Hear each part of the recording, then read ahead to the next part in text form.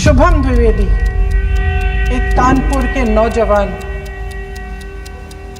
और उनके पूरे परिवार ने तय किया कि वो कश्मीर जाएंगे। शुभम अपनी पत्नी के साथ एक स्टॉल पे खड़े थे, तभी अचानक 4 आतंकवादी जंगल में से निकलते हैं और शुभम को वहीं अपनी पत्नी के सामने मार डालते हैं। शुभम की पत्नी ने कहा, कोट, मैंने अपनी दुनिया को खत्म होते हुए देखा अपनी आंखों के सामने।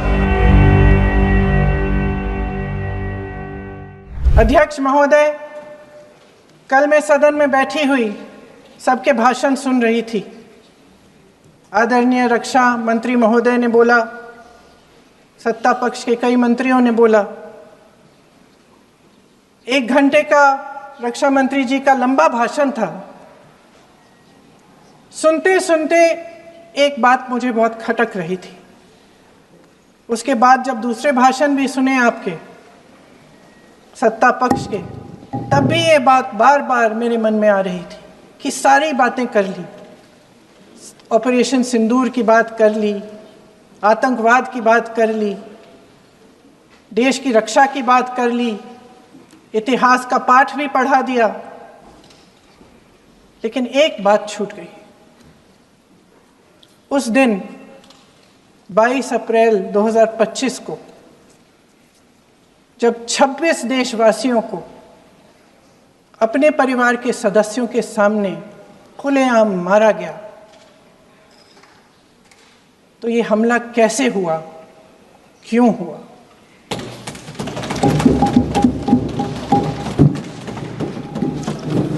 अध्यक्ष महोदय,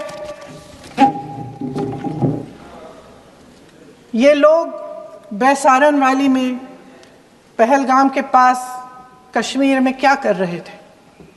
आजकल पब्लिसिटी का दौर है, प्रचार का ज़माना है। कुछ समय से हमारी सरकार ये प्रचार कर रही थी कि कश्मीर में आतंकवाद ख़त्म हो गया है, कि कश्मीर में शांति है, अमन चैन है। प्रधानमंत्री जी ने खूब भाषण दिए, देशवासियों को कहा कि चलिए कश्मीर चलिए, सैर करिए। कई बार मैंने ये भी देखा मीडिया पर, टीवी पर, कि कश्मीर जाइए, ज़मीन खरीदिए, अब वहाँ अमन चैन है, शांति का वातावरण है। इसी बीच शुभम द्विवेदी एक कानपुर के नौजवान और उनके पूरे परिवार ने तय किया कि वो कश्मीर जाएंगे। शुभम द्विवेदी की 6 महीने पहले शादी हुई थी। उसकी पत्नी ने कहा कि उनके बीच एक ऐसा रिश्ता था, प्रेम और दोस्ती का ऐसा रिश्ता था कि वो एक दूसरे को बच्चों की तरह हंसाते थे। सोशल मीडिया पर एक वीडियो भी जारी है जिसमें पूरा परिवार एक साथ बैठा हुआ ताश खेल रहा है और ऐसे हंस रहे हैं कि उस वीडियो को देख के किसी का भी दिल टूट जाए कि इस परिवार को इस तरह से उजड़ने क्यों दिया हमने। 22 अप्रैल 2025 को बैसारन वैली में मौसम का मिजाज अच्छा था। जैसे हर रोज़ लगातार 1000 से 1500 लोग वहाँ पहुँचते थे, उसी तरह से उस दिन भी तमाम पर्यटक वहाँ पहुँचे।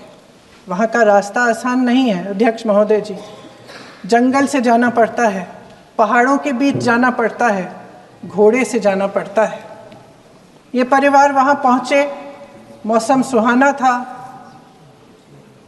उनके बच्चे ट्रैम्पोलिन पे खेल रहे थे, कोई जिपलाइन कर रहा था, कोई चाय पी रहा था, तो कोई कश्मीर की सुंदर वादियों की ठंडी हवा का मज़ा ले रहा था।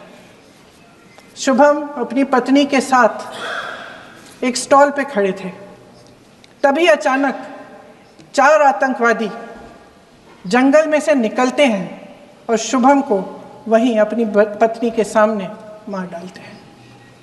उसके बाद वे वहाँ से पूरी वैली में 1 घंटे के लिए लोगों को चुन चुन कर मारते हैं। किसी के पति को अपनी पत्नी के आंखों के सामने, किसी के पिता को अपने बेटे के सामने चुन चुन कर 26 लोगों को मार डालते हैं। शुभम की पत्नी घबराकर वहां से भागने की कोशिश करती है, अपनी जान बचाने के लिए जंगल की तरफ दौड़ती है। वहां पता चलता है कि तमाम लोग जंगल की तरफ दौड़े हैं और अपनी जान बचाने की कोशिश कर रहे हैं। कोई अपने बेटे का हाथ पकड़ के पहाड़ों पर घसीटता हुआ जा रहा है, कोई कश्मीरी घोड़े वालों और गाइडों की मदद लेते हुए चले जा रहा है। कोई रास्ता नहीं है, कोई तरीका नहीं है, लेकिन किसी न किसी तरह से शुभम की पत्नी के शब्दों में किसी ऐसी शक्ति ने हमको बचा कर रखा कि हमें किसी न किसी तरह से हम अकेले नीचे पहुंचे। और मैं उनके लफ्ज पढ़ना चाहती हूं, क्योंकि उन्होंने कहा कि इस पूरे समय जब 1 घंटे के लिए चुन चुन कर भारतीय नागरिकों को मारा जा रहा था, इस पूरे समय उसे एक सुरक्षाकर्मी नहीं दिखा, एक सैनिक नहीं दिखा।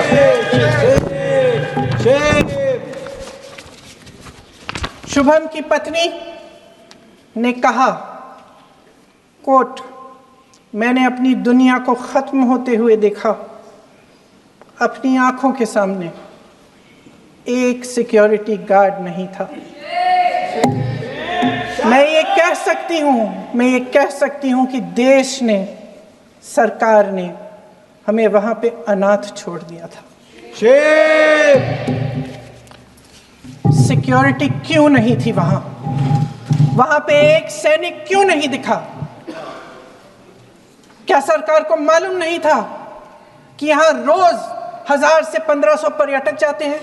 क्या सरकार को मालूम नहीं था कि यहाँ के को पहुंचने के लिए जंगल के रास्ते से जाना पड़ता है? अगर कुछ हो जाएगा तो लोग वहां से निकल नहीं पाएंगे।